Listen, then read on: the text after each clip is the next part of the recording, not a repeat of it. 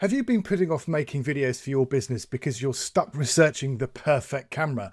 It's so much easier to keep on Googling than to actually get on and hit record, right? Well, let's cut through the noise and get you taking action today. Listen, I get it. Starting with video can feel intimidating. All of those specs, the terms and the price tags. Trust me, you're not alone. Loads of my clients have felt the same way, but here's the good news. You don't need the fanciest gear to create powerful, engaging videos. For over 26 years, I've been at the forefront of UK broadcast TV, working with world-renowned acts like Bring Me the Horizon, Steps and Marillion. My work's literally reached millions, from chart-topping performances to national events like the coronation of King Charles III. Today, I use that expertise to help business owners like you tell your stories on camera, connect with your audience, and grow your business with video. And stick around, because I'm also going to share my favorite tip for getting incredible deals on cameras without breaking the bank. So make sure you stick around for that. The best camera is the one that fits your goals, your style and your budget. Well, first of all, you've got to identify your primary video goals. What kind of content are you filming? Make a quick checklist of what matters most. Is it portability, video quality, or the ease of use? For example, if you're filming webinars, a good webcam might be all you need. So let's have a look at some pros, cons, and use cases for common camera types. Firstly, you've got webcams, and they're very easy to set up. They tend to be budget friendly and they're great for live streaming or webinars. The cons are, though, that they do have limited video quality compared to standalone cameras.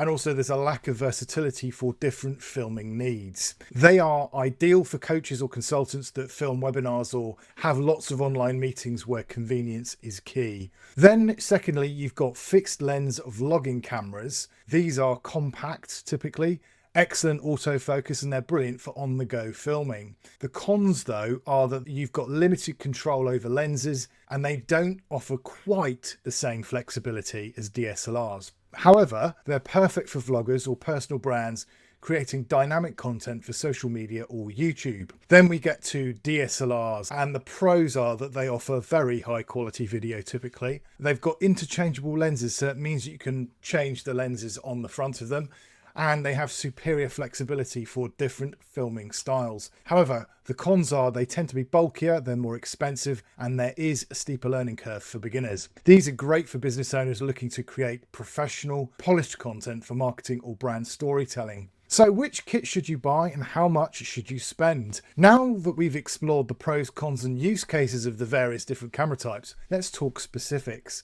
Choosing the right camera starts with understanding your needs and your budget. Whether you're looking for an affordable webcam or for a high quality DSLR, there are fantastic options available for every single price point. So let's break it down into the top 3 choices for each category. In the webcam category, you've got the Logitech C920 HD Pro, which is approximately £60 or $70 or 90 Canadian. You can buy that in the UK at Currys, Best Buy in the US and Staples in Canada. Then you've got the Razer Kaio, which is approximately £90, 100 US or 130 Canadian, available in the UK at Argos, B&H Photo in the US and Canada Computers in Canada. Then finally you've got the Microsoft LifeCam HD 3000, which is approximately £25, $30 US or 40 Canadian, available at John Lewis in the UK, Walmart in the US and Best Buy in Canada. On to fixed lens vlogging cameras like the Sony ZV-1, which is approximately £700, $750 US or 1,000 Canadian, available at Jessop's in the UK, B&H Photo in the US and Henry's in Canada. And then you've got the Canon PowerShot G7X Mark III, approximately £650, $700 or 950 Canadian, available at Wex Photo Video in the UK, Adorama in the US and VizTech in Canada. Then you've got the Panasonic Lumix DMC LX10, which is approximately £500, 600 US dollars or 800 Canadian, available at Park Cameras in the UK, Best Buy in the US and the Camera Store in Canada.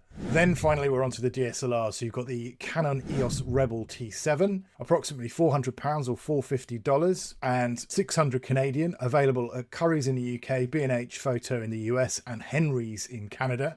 You've also got the Nikon D3500, which is approximately £450, 500 US dollars or 650 Canadian, available at Jessop's in the UK, Adorama in the US, and the Camera Store in Canada. Then also we've got Pentax, the K70, which is approximately £600, 650 US dollars, or 850 Canadian. You can get hold of the Pentax at Wex Photo Video in the UK, B&H Photo in the US, and VizTech in Canada. So whether you're opting for a more entry-level webcam or a more advanced DSLR, remember, it's not about having the perfect kit, but the kit that's perfect for you starting your journey. Here are the key features to look out for in a video camera, but let's have a look at what you should prioritize in your chosen camera type. So if you're after a webcam, it's all about the autofocus speed. A decent webcam like the Logitech C920, make sure that your image stays clear even if you move slightly during webinars or meetings. Also check out the resolution options.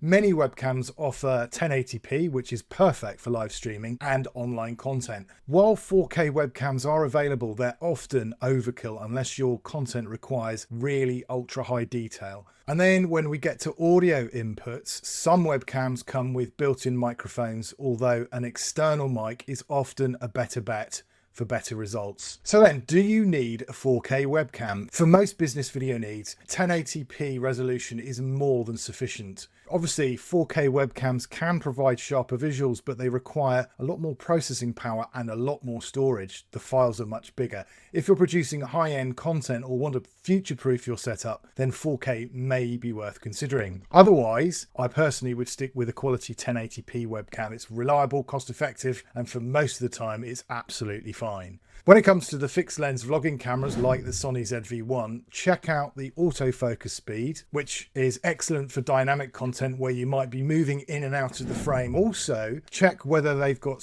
shot stabilization. Built-in stabilization helps create smooth footage, ideal for handheld or on-the-go shooting. Also, you need to make sure that whichever camera you choose has got a decent audio input. These cameras usually include options for plugging in external microphones, which are way better than the built-in mics. So again, with DSLRs, check out the autofocus speed. Advanced autofocus is great for complex scenes or when you're working with a selection of different lenses. Then you've got the fact that there is lens flexibility. The ability to switch lenses gives you creative control for everything from close-ups to big wide shots. And also, as with the other cameras, check out the resolution options on the DSLR side of things. Higher end DSLRs support 4K, offering those ultra sharp visuals for professional projects. So make sure you prioritize the features that align with your goals and where you're at right now in your video creating journey. For instance, if you're on the go, stabilization might be more important than interchangeable lenses. For secondhand gear, check out trusted sites like mpb.com or Backmarket. Set a budget cap though when you're browsing and stick to it. Research secondhand cameras. You'll be amazed at the quality you can find. Now, it's very easy, like I said before, to fall into the trap of completely over-researching and getting caught up in the latest, most expensive tech. But please do not let analysis paralysis stop you from actually getting going.